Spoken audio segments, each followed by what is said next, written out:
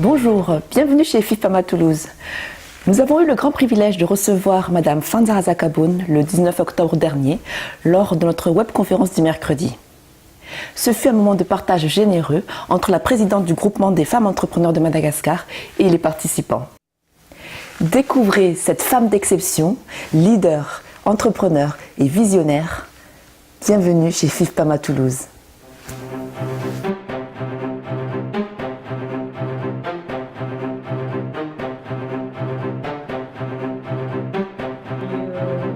Les années 2000, des différents secteurs d'activité, notamment en vêtements de travail, en industrie légère, en restauration, tourisme et récemment des entreprises dans l'e-commerce et le consulting. Je suis également très engagée dans la vie associative, notamment dans la promotion de l'entrepreneuriat de manière générale, puisque je suis déjà membre de FIFPAMA depuis 2011. Et par la suite, membre élu de la Chambre de commerce et d'industrie d'Antananarive. Puis depuis 2008, je siège dans le bureau de la Chambre de commerce et d'industrie d'Antananarive, il y a 2 ans, élue en tant que vice-présidente de la Chambre de commerce pour le Collège Industrie. Et par la même occasion, à la même année, j'ai été élue pour présider le groupement des femmes entrepreneurs de Madagascar. Voilà, au niveau mondial, je suis nommée commissaire régionale pour l'Afrique australe qui couvre 11 pays. Aujourd'hui, donc, ce réseau dans lequel je suis commissaire est le plus ancien et le plus grand, qui s'appelle le FCEM, Femmes Chefs d'entreprise mondiale.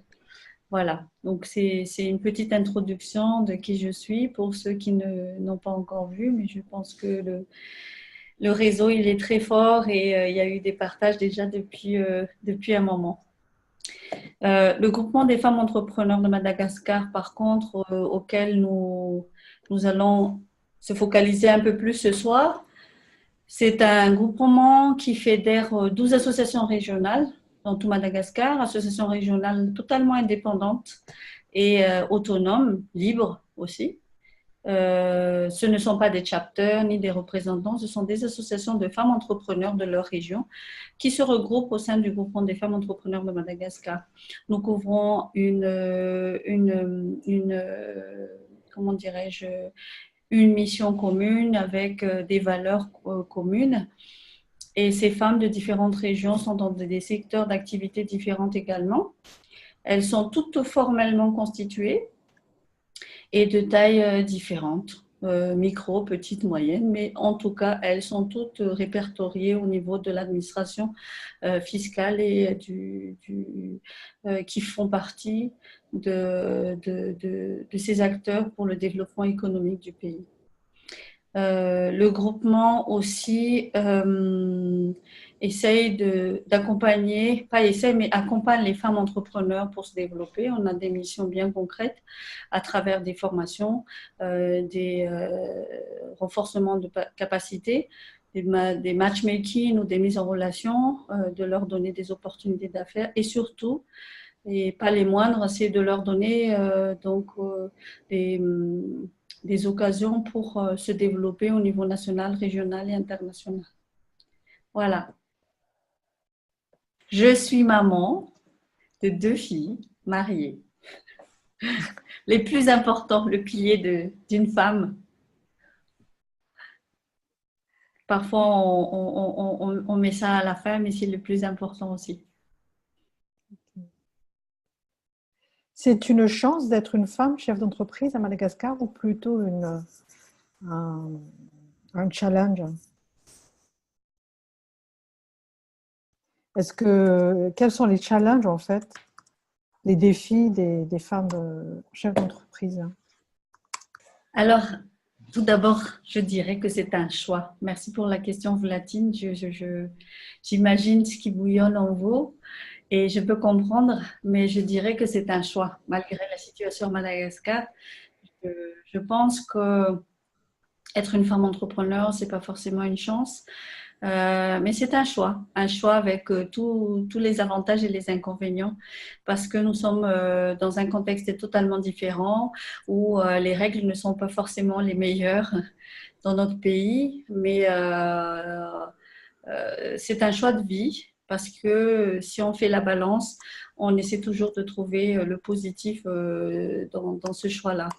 Il est vrai que c'est quand même un challenge. Je dirais plus que c'est un challenge, tout simplement parce que chaque jour, on doit faire face à un défi auquel nous ne nous attendions pas du tout. Il y a des choses qui changent, un peu comme le climat. Donc, se dire et se voiler la face et pour affronter le quotidien de femmes entrepreneurs, oui, c'est un challenge parce qu'il y a cet équilibre qu'on doit absolument gérer, non seulement dans notre tête, mais dans notre vie professionnelle, dans notre quotidien, dans notre vie de couple. C'est tous les jours un challenge.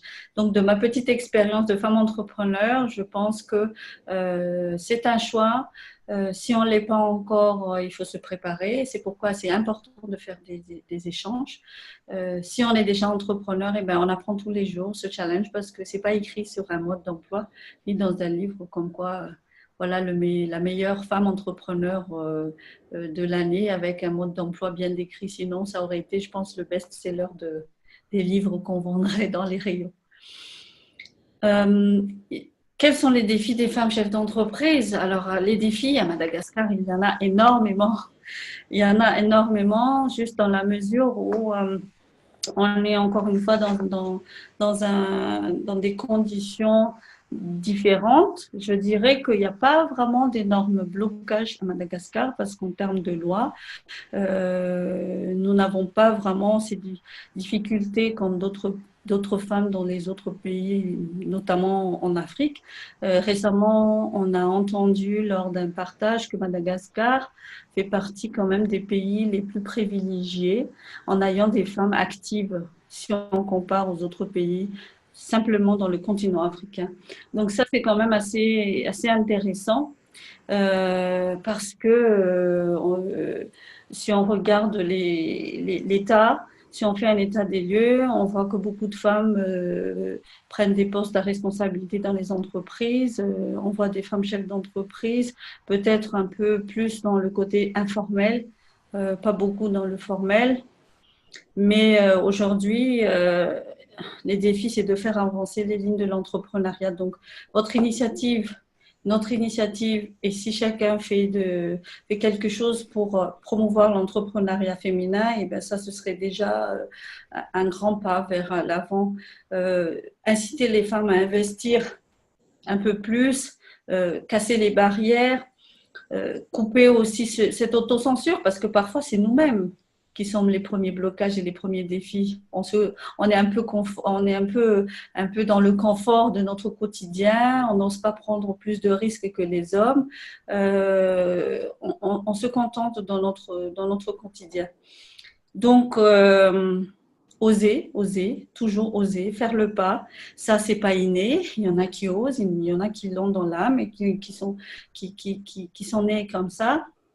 Mais il y en a aussi qui l'apprennent avec le temps. L'expérience fait que elles voient les autres sauter le pas, elles partagent et donc elles sautent cette barrière.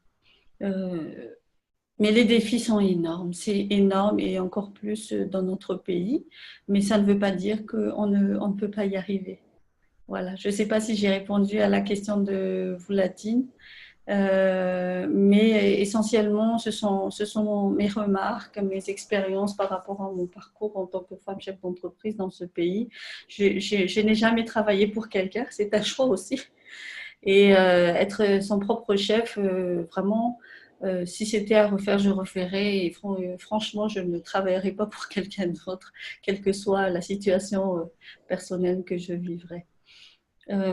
Pour répondre à une autre question que Voulatine a posée, quelles sont les conditions pour rentrer dans le groupement? Alors, nous avons fait le choix, quand je dis nous, ce sont toutes les présidentes au niveau régional, de rendre indépendantes les associations dans les différentes régions parce qu'on a constaté dans le passé qu'il y a eu cette mainmise un petit peu du national et de ce management de top-down. Ça veut dire que tout se gère au niveau du national et qu'avant c'était des chapters, donc toutes les décisions c'était un management de top-down. On a constaté que ça n'a mené à rien parce que notre objectif c'est justement de pouvoir identifier les besoins de ces femmes à la source et ne pas exécuter des visions certes, on doit avoir une vision, mais faire exécuter des projets qui ne répondent pas forcément aux besoins de la source, c'était pas notre challenge. D'où la décision d'avoir créé ces associations complètement indépendantes. Et donc, la femme entrepreneur qui se trouve à Yurombe ou qui se trouve à Fort-Dauphin, eh bien, elle se joint à l'Association des femmes entrepreneurs du Sud. Par contre, chaque association a ses règles, ses principes, ses cotisations, ses modes d'adhésion. Il y en a 12. Toutes les associations ont leur président, leur bureau, etc. Donc, pour répondre à la question, il faudrait approcher les associations. Vous pouvez demander au groupement dans quelle association vous souhaitez adhérer. Peut-être vous investissez à Tamata ou à Majinga. Avant de présider le groupement des femmes entrepreneurs de Madagascar, il faut être présidente élue des associations régionales. Donc, avant de présider le GFM, j'ai été d'abord élue en tant que présidente de femmes entrepreneurs d'Antananarivo. Et par la suite, donc, élue par les 12 présidentes en tant que représentante du national. Pour Antananarivo,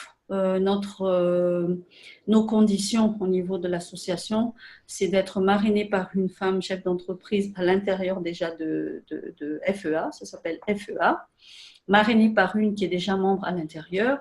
Nous avons une cotisation annuelle qui n'est vraiment, je ne dis pas rien, mais presque rien, qui a 22 000 arrières par mois et un droit d'adhésion de 120 000 arrières. 100 000 arrières, pardon. Une fois payable, une fois. Il faut que l'entreprise soit formellement constituée, donc il faut fournir toutes les justificatifs d'existence de l'entreprise, NIF, STAT, RCS, carte d'identification fiscale à jour.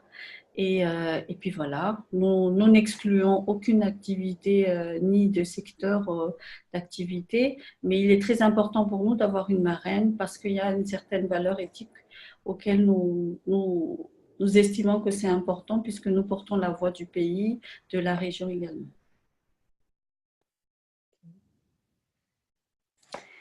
Voilà, donc je vois plein de questions. La question, c'était la balance, la gestion de la vie professionnelle et personnelle en tant que femme entrepreneur malagasy à Madagascar. Comment la société accueille cette vague d'entrepreneurs qui monte doucement. C'est la question qui se pose souvent. Il ne faut pas se voiler la face. J'avoue qu'il y a beaucoup de remarques assez sexistes quand même en haute sphère et surtout quand on débute. Mais je pense que ça ne doit pas du tout être un frein. Et c'est là où j'ai envie de partager en disant si on a des objectifs à atteindre, il faut vraiment avoir une ligne de conduite. Parce que dans le milieu professionnel, il y a toujours ce côté performance qu'on doit, nous, en tant que femmes, toujours, malheureusement, c'est la situation sociale qui fait qu'on doit mettre toujours ça en avant. C'est pas parce qu'on est femme qu'on doit être mieux considérée, c'est pas parce qu'on est femme qu'on doit donner un marché plus qu'un autre alors que l'autre il est meilleur rapport qualité-prix. Donc il y a ces compétences-là, ces côtés techniques que nous, en tant que femmes, on doit toujours mettre en avant, une ligne de conduite auquel nous devons absolument mettre en avant. Pour revenir à la vie professionnelle et la vie personnelle, c'est pas évident. C'est pas évident, mais comme vous dites, à Madagascar, on a le privilège d'avoir un peu le personnel, la famille. Et je pense que ce sont des atouts et des avantages non négligeables qui nous permettent quand même d'évoluer de manière pas parfaite, mais quand même qui nous permettent d'évoluer dans un milieu plus ou moins confortable. Donc ce sont des choses qu'il ne faut pas négliger. Je pense qu'être femme entrepreneur dans d'autres pays n'ayant pas ces aides, c'est un peu plus compliqué. Maintenant, faut-il savoir déléguer? Parce que nous, les femmes, on aime bien gérer les choses de bout en bout. Ce n'est pas toujours évident de se détacher de tout ça et de se dire non, ben, je ne suis pas parfaite. Mais c'est de trouver l'équilibre le plus important. Donc, l'équilibre, ben, on n'a que 24 heures dans une journée. Quand c'est fini les 24 heures, ben, il va falloir passer aux autres 24 heures. Dans les 24 heures, ben, il faut dormir, il faut manger, il faut trouver un temps pour soi, un temps pour son mari, etc. Et à côté de tout ça, il faut répondre aux clients et aller voir le fournisseur pour que le banquier il débloque l'argent. C'est pas facile. Mais on peut y arriver. Et encore une fois, je pense que être à Madagascar, avoir ce personnel et ces aides, la famille, une possibilité de quand même d'avoir le chauffeur peut-être, ou bien la femme de ménage qui nous prépare au moins le repas le soir pour qu'on. Ce sont des avantages vraiment non négligeables. Sur comment gère-t-on la vie professionnelle et personnelle, il ne faut pas se culpabiliser, mesdames. Si vous faites un choix de devenir entrepreneur un jour, on n'a que 24 heures, on doit avoir 8 heures, 6 à 8 heures de sommeil, on a les enfants. Moi, je privilégie les moments de qualité. J'essaye. Je voyage beaucoup. J'ai ces différentes entreprises, gère le groupement, je suis vice-présidente de la chambre de commerce. Ça fait un peu beaucoup, mais voilà, je trouve un peu le temps de m'aller me coiffer et puis d'aller me faire masser de temps en temps. Donc, si c'est pas parfait, c'est pas grave, c'est pas la fin du monde. Et puis, de toute façon, dites-vous bien que c'est à vous-même que vous faites tout ça d'abord, c'est pas pour les autres. Donc, si vous êtes engagé dans des activités associatives, et tout ça, c'est pour vous. L'entreprise, vous créez des emplois, c'est certes pour contribuer aussi au pays, mais vous le faites pour votre développement personnel également. Et voilà. Privilégiez une activité plus que d'autres? Ou comment gérer plusieurs domaines à la fois? Oui, c'est vrai que c'est plusieurs activités plus que d'autres. Moi, j'avais quand même comment on appelle ça, quelques questions existentielles au niveau professionnel, parce que je me disais toujours, mais est-ce que les femmes professionnellement n'arrivent pas, en tout cas pas beaucoup à Madagascar, à gérer plusieurs entreprises? Si on regarde les chiffres, les statistiques, on trouve très peu de femmes qui sont à la tête de grandes entreprises ou de grands groupes, ou bien ayant plusieurs activités. Alors on a quand même cette capacité de gérer plusieurs choses. On est capable de téléphoner, se maquiller, conduire, parler à nos enfants et puis faire plein de choses. Alors que les hommes, ils arrivent quand même à avoir plusieurs entreprises, plusieurs sociétés, quelle que soit la taille, quels que soient les secteurs d'activité.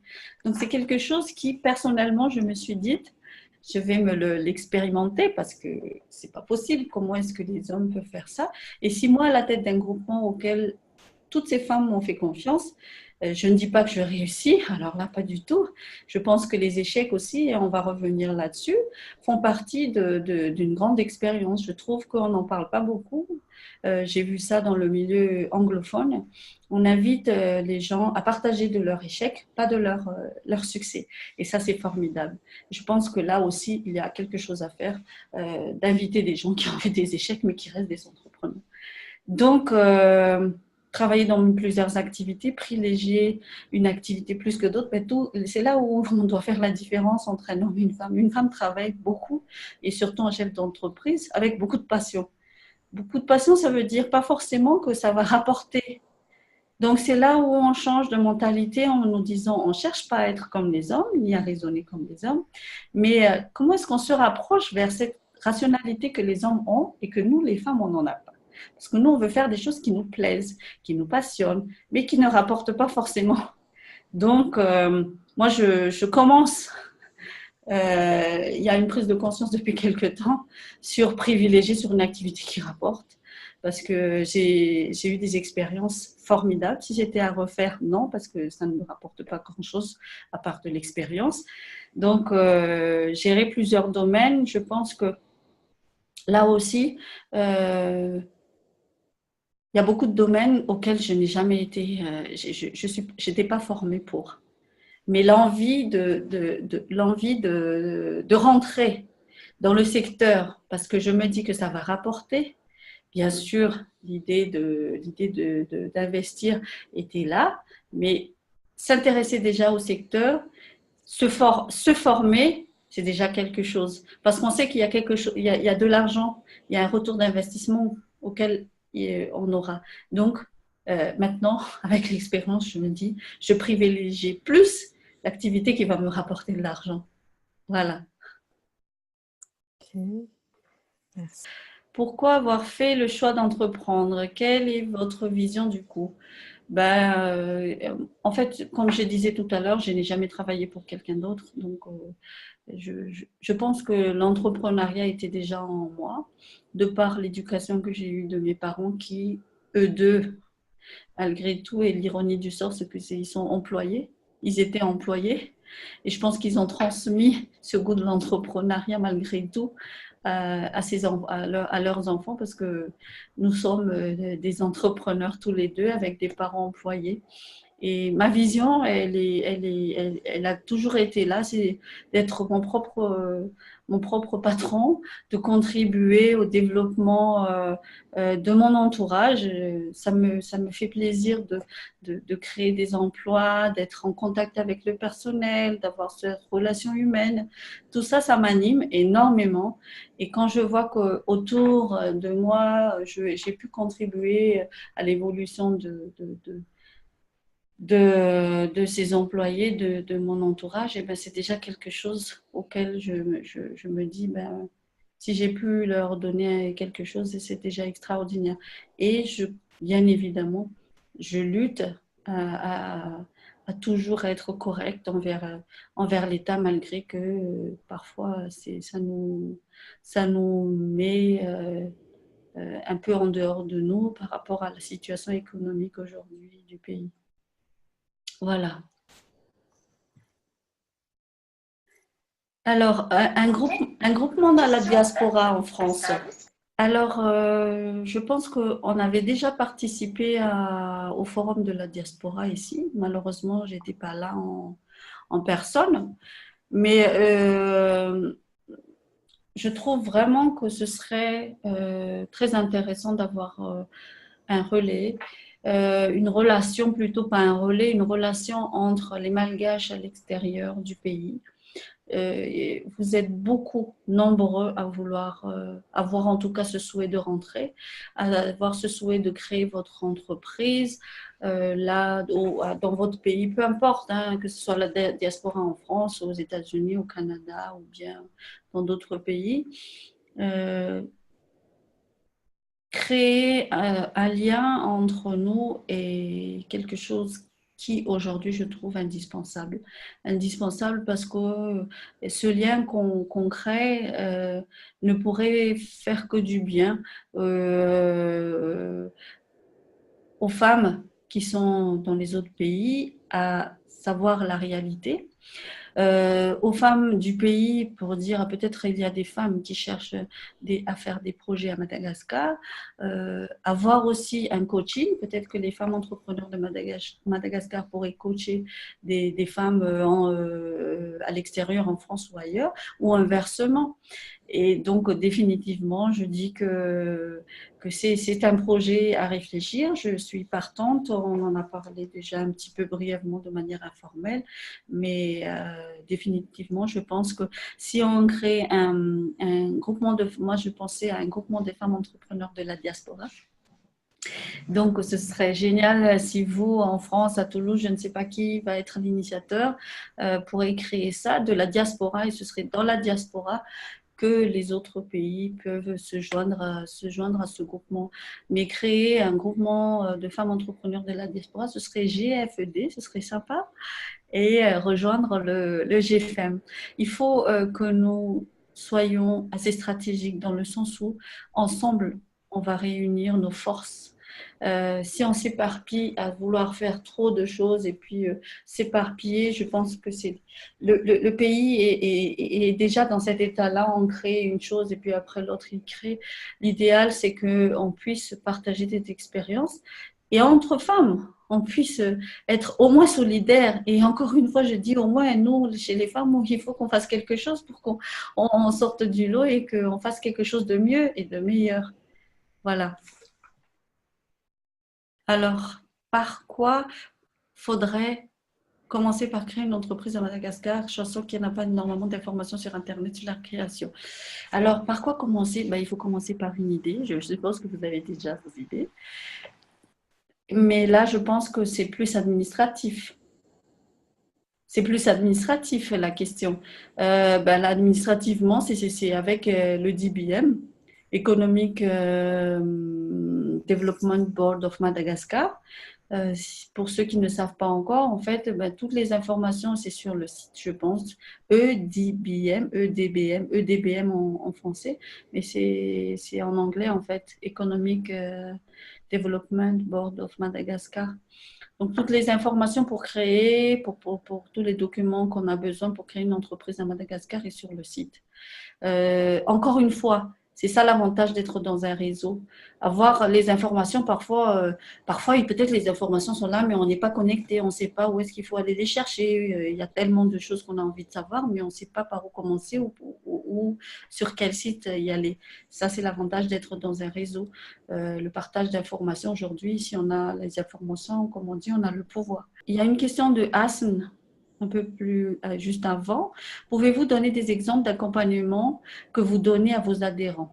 Alors, quand vous dites de vous donner à vos adhérents, je suppose que c'est le groupement. Alors, depuis 2016, depuis la création du groupement, on a donné pas mal d'accompagnement, notamment en renforcement de capacité de coaching et de mentorat.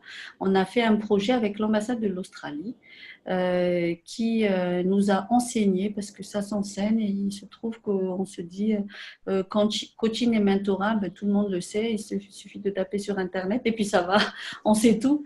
Maintenant, c'est un programme qui a été initié par les Australiens et qui consiste donc à partager les expériences de celles qui ont fait du chemin sur un secteur précis, par exemple des femmes qui sont dans le tourisme. On a identifié des femmes qui ont déjà des restaurants, par exemple. Eh bien, elles coachent et des femmes qui commencent dans la restauration et qui veulent rentrer dans la restauration. Et il y a vraiment un accompagnement sur différents détails, où est-ce qu'il faut aller chercher les matériels, il faut faire l'étude de marché, mais comment, sur quoi vous êtes cassé la figure, il faut faire attention avec les vols, etc. Donc, c'est des petites choses techniques auxquelles nous avons fait comme formation. Mais c'était de manière, c'est avec presque tous les membres du groupement. Après, c'est des accompagnements sur des B2B. Nous sommes allés au Kenya. On a emmené des femmes au Kenya dans des secteurs bien précis, l'agro-industrie, l'agro-business, l'artisanat de luxe, le tourisme. Après, on a accompagné aussi les femmes en Turquie pour le textile. Le textile, il y a beaucoup de choses qu'on a fait depuis. Mais récemment, cette année, on a lancé 2 projets précis. Femmes et énergie, qui vient d'être terminé d'ailleurs. C'est un projet qui sensibilise les femmes pour s'intéresser au secteur de l'énergie. Alors, on parle beaucoup de l'énergie à Madagascar, mais on se dit non, c'est un secteur qui concerne que les grands et les grands hommes. Donc, nous, notre challenge, c'est pas de dire nous, on veut que des femmes qui ont des panneaux solaires ou bien des centrales solaires. Non, non, non. Aucune de nos membres était dans le secteur. Mais notre rôle, c'est d'ouvrir des opportunités d'affaires, des opportunités pour qu'elles puissent connaître, ça veut dire quoi l'énergie. Donc sur 3 phases. La première phase était pour sensibiliser les femmes. On a appelé des experts, on a été aidés par les Allemands. Je ne sais pas si vous connaissez la GIZ. Dans GIZ, c'est une coopération allemande qui a un projet qui s'appelle le PRR, Programme pour l'électrification et l'énergie renouvelable. Donc, ils nous ont accompagnés dans ce projet Femmes et Énergie pour trouver des experts internationaux et partager avec ces femmes membres du GFM, ça veut dire quoi l'énergie exactement? Et c'est quoi le positionnement de Madagascar? C'est quoi les opportunités d'affaires? C'est quoi les lois? Tout ça. Donc les femmes, elles étaient là en se disant, mais effectivement, il y a des choses qui y intéressent, il y a des régions qui ne sont pas du tout électrifiées dans le pays. Peut-être que nous, entre femmes dans la région de Yurombe, on peut se regrouper pour investir ou peut-être fabriquer des panneaux solaires ou des kiosques de je ne sais pas quoi. Mais toutes les opportunités d'affaires étaient là. Il fallait juste que le GFM trouve ces sujets, ces secteurs auxquels le pays, tout est en actualité, on ne parle que de l'énergie. 15% de la population malgache simplement ont accès à l'électricité. Donc, il y a des affaires, donc il y a des opportunités. Il n'y a pas que pour les hommes, il y a aussi pour les femmes. Et il n'y a pas que des grands marchés, il y a des petits et il y a des moyens. Donc, tout ça, elles ne peuvent pas trouver sur Internet. Ben, il faut des appuis. Et c'est là où le GFM joue son rôle. Pareil, là, on va lancer, je ne sais pas si vous pourriez voir sur Internet, on a aussi un compte Facebook, officiel, groupement des femmes entrepreneurs officiel. On essaie d'alimenter, on n'est pas très professionnel sur tout ce qui est nouvelles technologies, on a besoin de coaching, je pense, mais on essaye. Vendredi, on va lancer le projet Femmes et Agro-Industrie. Encore une fois, ça ne concerne pas celles qui sont déjà dans la transformation de produits, etc. Ça concerne celles qui sont intéressées, celles qui sont déjà dedans mais qui veulent se perfectionner et celles qui veulent s'intéresser. Donc, les places sont limitées parce qu'on est un peu contraint par rapport au financement des bailleurs, encore une fois. Si on arrive à faire des choses aujourd'hui, c'est qu'il y a aussi des financements. Donc, ces financements, ce sont des appuis comment dirais-je, des appuis existants. Ça veut dire qu'il c'est pas les fonds qui n'existent pas, c'est qu'on manque de projets. Donc nous, à GFM, on réfléchit, qu'est-ce qu'elles ont besoin, les femmes, elles commencent à se professionnaliser, mais elles ne sont pas vraiment, comment dire, dans les normes en termes d'agro-industrie. Donc on a choisi 2 filières pour cette fois-ci. Donc c'est un projet qui va durer 5 mois, financé par l'Union européenne, et qui va concerner les femmes dans la filière riz et fruits. Donc, riz, on a constaté qu'il y a une qualité de riz de luxe à Madagascar, mais qui n'est pas industrialisée. Donc, toutes celles qui sont déjà dans les secteurs et qui veulent s'intéresser à ce secteur, eh bien, elles viennent pendant la formation. Donc, les premières inscrites sont les premières arrivées. Et dans ce projet-là, il y a un accompagnement de sensibilisation et d'information. Ça veut dire quoi, riz de luxe? Quel est le besoin du pays en termes du riz? Pourquoi on importe toujours du riz? Pourquoi voilà? Est-ce que le riz de luxe, c'est pour une qualité, qualité qui est accessible à toute la population, ou bien c'est un marché de niche, etc. En termes de fruits, c'est quoi les produits qui intéressent aujourd'hui le marché local? On n'arrive même pas à répondre aux besoins des grandes surfaces parce qu'il y a les traçabilités, il y a le packaging qu'il faut suivre, il ne faut pas livrer des trucs comment dirais-je, dans des conditionnements qui ne sont pas en normes. Le design, il faut que ça suive. Donc après, il y a des experts qui vont suivre tout ça. En fruits, transformation de fruits, ça veut dire fruits séchés, fruits transformés en confiture, etc. Toutes celles qui sont intéressées. Donc c'est un projet assez sectoriel. Pendant 5 mois, elles vont profiter des projets. En dehors de ces formations, il y aura des voyages de benchmarking. Là, on va emmener une délégation pour la Russie. Et on espère pouvoir emmener aussi une autre délégation au mois de janvier sur ce projet-là.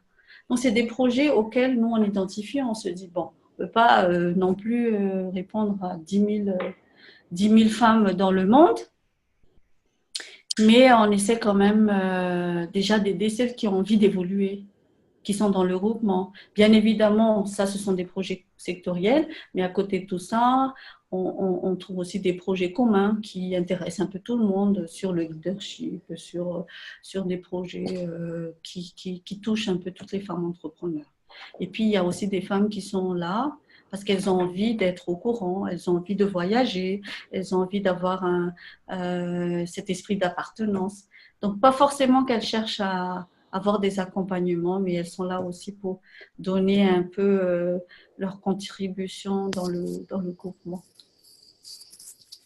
Il faut déjà s'inscrire en tant que membre pour bénéficier des services, pour bénéficier de ces activités du groupement.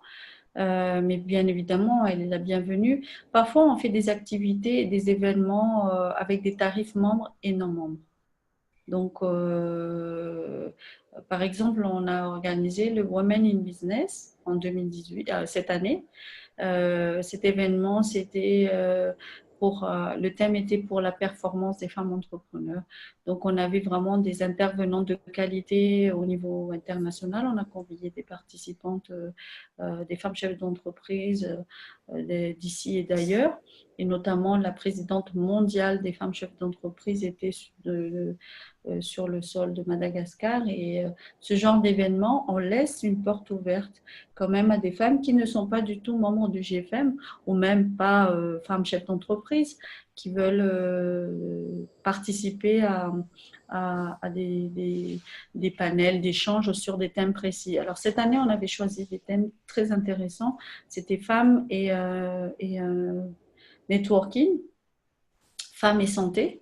Parce on nous a toujours dit, oui, la femme et la santé, femme entrepreneur ou femme active et la santé, souvent on oublie qu'il faut faire des check-ups et des contrôles réguliers. Parfois, on nous met on met un peu notre santé en dernier lieu. Donc ça, c'était très intéressant. On avait la représentante de l'Organisation mondiale de la santé sur le plateau. On avait des médecins, on avait une professeure de yoga, une pharmacienne. Donc c'est des gens de qualité ici à Madagascar même. Hein, donc il ne faut pas croire, c'était extraordinaire. Et puis on avait le thème sur femmes et finances. Donc là, on avait des experts en finance qui parlaient un petit peu, ça se passe comment les financements dans les banques, pourquoi il faut recourir plutôt à des microfinances, est-ce que si les femmes, donc toutes les questions, toutes ces personnalités, pour qu'elles, au retour, elles puissent sortir de ces rencontres en se disant, waouh, c'était quand même intéressant et c'est des sujets qui nous touchent dans notre quotidien en tant que femme entrepreneur ou juste femme active. Quels sont les secteurs porteurs aujourd'hui? Quels sont les secteurs porteurs aujourd'hui, d'après vous? D'après vous, y a-t-il des secteurs à éviter? Oui, effectivement, il y a des secteurs porteurs, je pense, comme tout pays. Aujourd'hui, je dirais que les secteurs les plus tendances, c'est la nouvelle technologie. Là, il n'y a pas de barrière. Je pense que Madagascar, quand même, est assez bien positionné. Parmi tous les pays africains, Madagascar fait partie des pays qui évoluent très vite en termes de connexion, malgré que, bon, là, on a quelques difficultés, mais de manière générale, oui, si on compare un peu à nos voisins de l'Afrique. Donc, la nouvelle technologie, oui. C'est pas, ça évolue. On va dire que c'est pas encore dans les mœurs. Les Malgaches ont encore du mal, mais je pense que ça reste un secteur porteur. Ensuite, je dirais que le tourisme, malgré la situation, les problèmes des compagnies aériennes, ça évolue quand même. Aujourd'hui, on a Ethiopian Airlines chez nous, on a Turkish Airlines. Là, j'ai entendu certaines compagnies qui vont venir très prochainement. Donc, il ne faut pas croire, il ne faut pas voir, il ne faut pas entendre, il ne faut pas tout écouter de ce que les gens disent, de ce que les médias disent. Mais la réalité est là et je pense que si les entrepreneurs restent sur les rails malgré les crises et les successions de problèmes politiques, économiques, eh ben, ils s'accrochent, ils sont toujours là. Hein. C'est ce côté qu'il faudrait voir. Les secteurs à éviter, je pense qu'il n'y a pas vraiment de secteur à éviter. L'avantage d'être dans un pays comme le nôtre, c'est que tout est à faire. Après, il faut être un peu plus créatif, ne pas manquer de faire des études de marché, mais je dirais que toutes les opportunités, au contraire, quand ça va mal, eh ben, tout est à créer. Donc, je ne dis pas merci aux crises, mais je dirais qu'il faut prendre les choses, les situations en opportunité, à vous d'identifier. Ah ben, on a un problème je ne sais pas, pendant la crise économique de 2009, moi j'ai créé mon restaurant en 2011, tout le monde m'a dit mais dans quoi tu rentres? C'était juste incroyable, mais je trouvais qu'à ce moment précis, et les gens dépensaient de l'argent que dans la nourriture, donc je trouvais que c'était juste le moment opportun de créer un restaurant. Donc il faut être sur le terrain.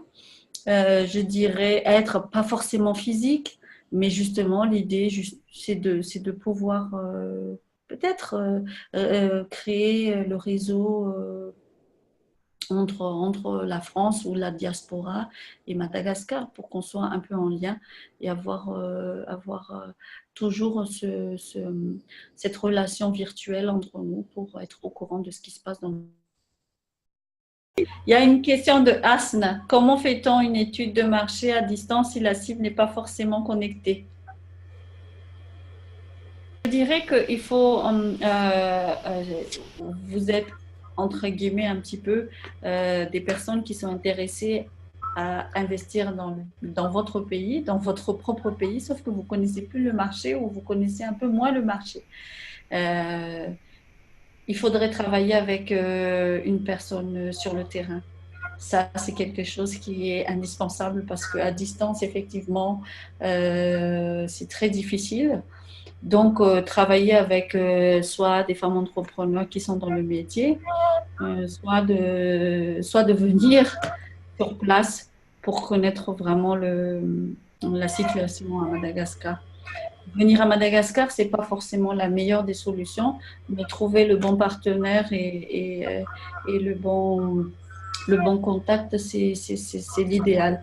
Je dirais que être dans un réseau d'entrepreneurs, c'est déjà quelque chose parce que si vous trouvez le lien ici pour dire, écoutez, moi je veux rentrer dans ce secteur, voilà les informations que je voudrais. Cette personne-là, elle va vous fournir des informations avant même que vous investissiez sur le marché ici.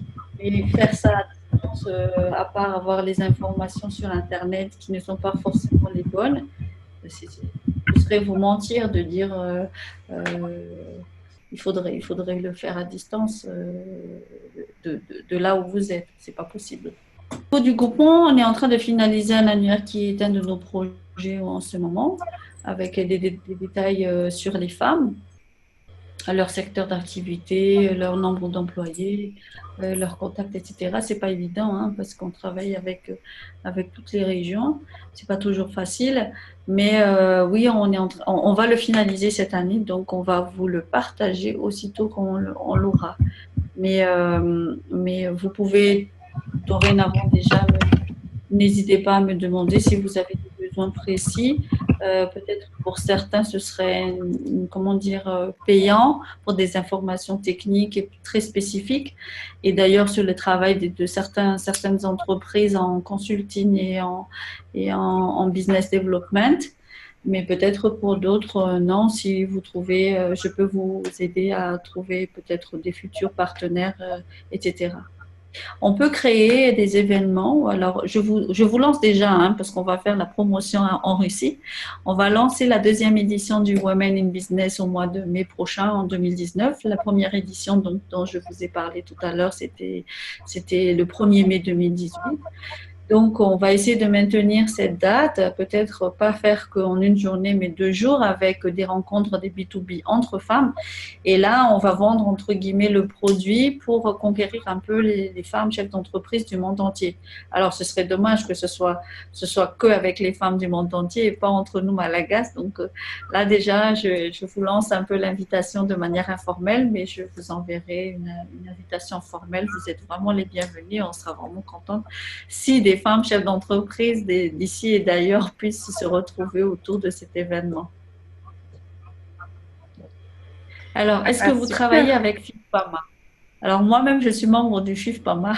Je ne sais pas quoi vous dire, travailler avec des FIFPAMA. Oui, en tant qu'entrepreneur individuel et entrepreneur, chef d'entreprise, mais FIFPAMA en tant qu'organisation, non. Je ne sais pas pourquoi ça ne s'est pas fait alors que je connais très très bien les présidents. Non, ça ne s'est pas fait encore, mais j'ai déjà lancé, je pense, depuis longtemps. Et moi, j'ai beaucoup évolué avec FIFPAMA du temps du président Ersalam. Et à chaque fois, je me dis que je suis sa filleule.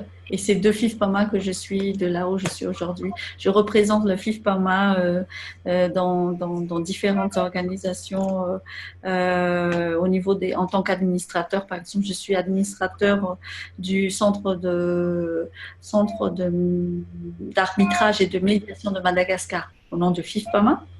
Je représente le FIFPAMA à la Chambre de commerce en tant que vice-présidente. Je suis là au nom du FIFPAMA, mais pas au nom du GFM. Le GFM, il est né récemment, donc je suis déjà FIFPAMA dans l'âme, mais travailler officiellement, c'est vrai. Mais il y a eu une histoire, il y a eu un passé un peu atypique dans l'histoire de GFM et FIFPAMA. Pas FIFPAMA en soi, mais la situation du GFM a été un peu différente. Mais j'ai toujours marqué la volonté de vouloir travailler, que ce soit du temps du président Tsou, Jim Friedman, et puis depuis l'arrivée du président Eric Radzonar. Donc, tous ces présidents, ce sont mes aînés et je suis redevable à eux parce que si je suis ce que je suis aujourd'hui, c'est parce que moi aussi, j'ai évolué énormément dans un milieu d'hommes. Donc, c'est grâce à eux si je suis un peu comme ça. Donc, il faut pas trop lutter sur l'égalité. Je dirais plus, il faut se battre sur l'équité. Parce que l'égalité, je sais pas trop. Moi, je suis pas très fan de ça, je vous avoue. Je dirais qu'on doit se battre sur l'équité parce qu'on a toutes les valeurs, on est complémentaires. L'égalité, c'est pas forcément la meilleure des choses. Ça, c'est mon point de vue personnel. Donc, il y a beaucoup de choses qui bougent à Madagascar. L'avantage qu'on a en étant un pays comme le nôtre, il faut voir les choses du bon côté, c'est qu'on est un pays fragile, on est un pays dans lequel on a pas mal de financements et de partenaires techniques et financiers qui cherchent des projets pour appuyer les femmes et les jeunes. Donc, les femmes créatrices, ils appellent ça les projets, les incubateurs, les start-upers et tout ça. L'OIF, je pense, appuie des projets de start-up. Il y a aussi l'événement qui s'appelle Startup Women. J'étais jury sur ce projet-là. Donc, il y a des appuis. Alors, de vous dire un financement spécialement pour les startups des femmes, euh, je pense qu'il y en a, mais je ne pourrais pas vous dire concrètement ce soir lequel. Comme nous, on se focalise un peu plus sur les femmes qui ont déjà fait un bout de chemin, on essaie de plus tôt continuer notre soutien sur celles qui ont déjà fait un petit bout de chemin et qui ont fait l'effort d'être déjà sur les rails, comme on dit. Alors, un fonds de garantie, le groupement a un partenariat. C'est un de nos projets dans le GFM. C'est de créer non seulement un crowdfunding, mais un fonds de garantie pour accompagner les femmes qui sont déjà dans ce circuit d'entrepreneuriat, parce que on constate que, en fait, il y a un fonds de garantie de l'État rattaché au ministère de l'Industrie et du Développement du secteur privé, mais qui n'est pas utilisé. Alors, il faut le savoir, parce que des fois aussi, on n'a pas toujours les informations, mais on sait que ça existe et ça fait rien, ils ne font rien. Et donc, ce qui se passe, c'est que le fonds de garantie il est là, mais ils ne savent pas quoi en faire. C'est à nous, privés, d'aller chercher tout ça. C'est un peu le rôle du groupement. Donc, on est au courant de ça, mais récemment, donc on va voir ce qu'on va en faire. Voilà. Afaka gamtsika mba manao teny malagasy kely. Atsika teny gasy amin'ny Ny zavatra tiako marihana fotsiny hoe marina fa any ivelany isika, marina fa noho ny antony maro samihafa dia nanao safidy iainany fitan-dranomasina. Fa ozy izy hoy aho hoe aza adino maha-malagasy atsika. Satria indray andro any tsy maintsy hody aty amin'ny tanindrazana ihany. Na ho velona na ho faty tsy maintsy hiverina. Ka raha mba afaka azo atao ny safidy dia aleo velonaina no miverina. Ary raha ohatra koa ka mbola afaka mitondra fahasambarana ho an'ny tena sy ho an'ny firenena dia izy hoe atao izay azo atao. Dia angamba ny tena hafatra lehibe satria ny tena koa nianatra fianarana malagasy hatramin'ny kely hatramin'ny farany mihitsy tsy nanao fianarana tany ivelany angamba ny hoanareo izay nijery ny lalana izay nidiaviko. Io plateforme nataony Marie io dia zava-dehibe ho an'ny zanatsika. Ireo dia manan-janaka malagasy daholo na misy manambady vahiny ary fatazony ireo olona arak'izay atao amin'ny teny malagasy. Mampafantaro ny fiainan'ny firenena na tsy dia mahafinaritra azy aloha mba le lafiny mahafinaritra mba aseho tena azy mba tia miverina tia an-tanindrazana. Dia io plateforme io manasa ny Marie-Jo zaho hoe afaka resahantsika manokana io raha ohatra ka misy tanora na ankizy na ray aman-dreny tia handefa ny zanany mba manao immersion kely. Maninona moa tsika mandefa ny zanantsika any Espagne, any Londres, any Australie. Efa tsika daholo mila hianatra ny tenin'ny olona rehetra fa aleo mba andrandraina koa ny dia izy aho hoe aleo hiara-iasa tsika satria tokony efa maka andraikitra tsika reny mianakavia. Za kory ny anao lesona be fa za tena liana be mihitsy raha fa ohatra ny malagasy zany hitako hoe manana initiative ohatran'ny plateforme dia tsy kivy na ohatra raha mbola dia nanomboka ny teny malagasy na tsy nandefa ny zanakitsika fa ozy izy ny frantsay ny vazaha hoe il est jamais trop tard. Donc io resaka plateforme ny resaka malagasy io aloha tao anatin'izay fifampirestatif izay dia hoe arabaina fa mahafinaritra mahita olona avy any ivelany dia azo atao resaka virtuel fotsiny dia izy na atao hoe mora kokoa raha mijanona aorianan'ilay mivadika ilay barrière n'ilay côté virtuel mba tsy ilay fahamenarana. Fa ny tenako manana zanaka mianatra any amin'ny lycée français nanapa-kevitra hijanona teto an-tanindrazana mandritra ny herintaona tao aorian'ny fahazahoany ny baka. Dia miteny aminareo fa rehefa nahita ny fiainana isan'andro mihoatra ny tany amin'ny lycée français fiainana tao anatin'ny fiainana ohatrany hoe misy fefy tsy mahita misy aro fiarovana tsy mahita ny tena fiainana isan'andro eto Madagasikara. Herintaona izy nijanona teto dia nahita an'izany ay ve izao Madagasikara ay ve ohatran'izao dia ataoko hoe tena zava-dehibe izay zavatra efa mba ho ataontsika tsy tanindrazana mba tanin-jafy kely tany Madagasikara. Mamy loatra zany manana tenin-drazana. Fa rehefa firenena ohatran'ny hafa tsy manana ny tenin-drazana, tsy anona fa manodidina fa misy nosy maromaro tsy manana ny tenin-drazana, dia faly ianao ary mivoaka mihitsy ny amin'ny firenena. Malagasy dia manana ny tenin-drazana na tsy mivoaka ny Paris ary ny tenin-drazana tsy maninona. Fa ny antsika moa zany dia ohatran'ny efa mivolavolaina tao ela loatra mihitsy ny hoe ny teny vahiny ihany ny andrindraina fa ny tena tsy atao. Angamba ny afatra kely nationaliste kely anafa afaka hitika amin'izay rehefa raiko. Par contre, avant de nous quitter quand même, hein, et que je clôture sur des petits messages, j'aimerais quand même connaître qui vous êtes, brièvement, parce que là, je vois que des visages et je vois des noms, mais je suis intéressée par vous aussi, pas simplement dans le sens où vous êtes intéressé par mon parcours. Alors, je vous écoute, si c'est possible. Mais très brièvement, qui vous êtes, est-ce que vous êtes déjà entrepreneur, dans quel secteur, et puis c'est quoi vos souhaits, pourquoi aujourd'hui vous êtes intéressé par connaître un peu le potentiel féminin pour le développement du pays, est-ce que vous avez envie de revenir, je ne sais pas, mais très brièvement parce que je suis très intéressée par vous.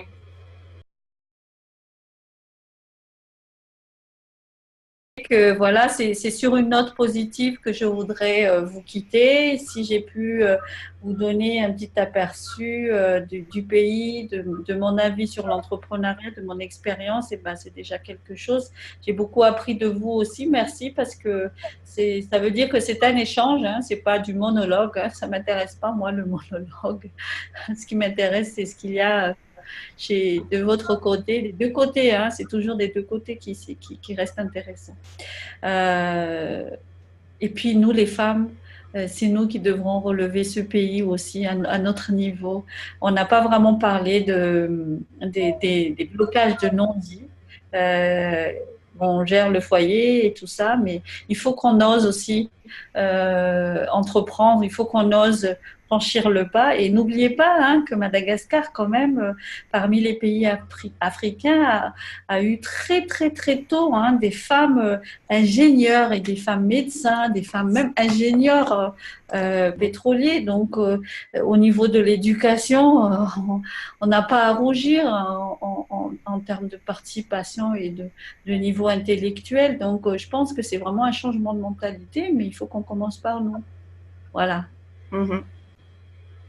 Voilà, en tout cas, j'étais ravie de faire vos connaissances, on garde le contact et puis faites avancer les lignes à votre niveau, chacun à votre niveau, et puis on va les avancer ensemble. Merci. Merci infiniment. On va clôturer là. Merci pour votre présence à tout le monde. Merci infiniment. N'hésitez pas à commenter sur les réseaux sociaux. On a vos coordonnées. Je vais faire un montage pour pouvoir enregistrer diffuser cet échange. Voilà. Et encore désolée vraiment pour les problèmes techniques du début. Merci pour votre patience. Merci. Non, il n'y a pas de souci. On fait une photo de groupe. Vous faites comme ça. Moi, je vous prends une photo. Et on fait cette petite vidéo. Allez-y, tout le monde fait coucou.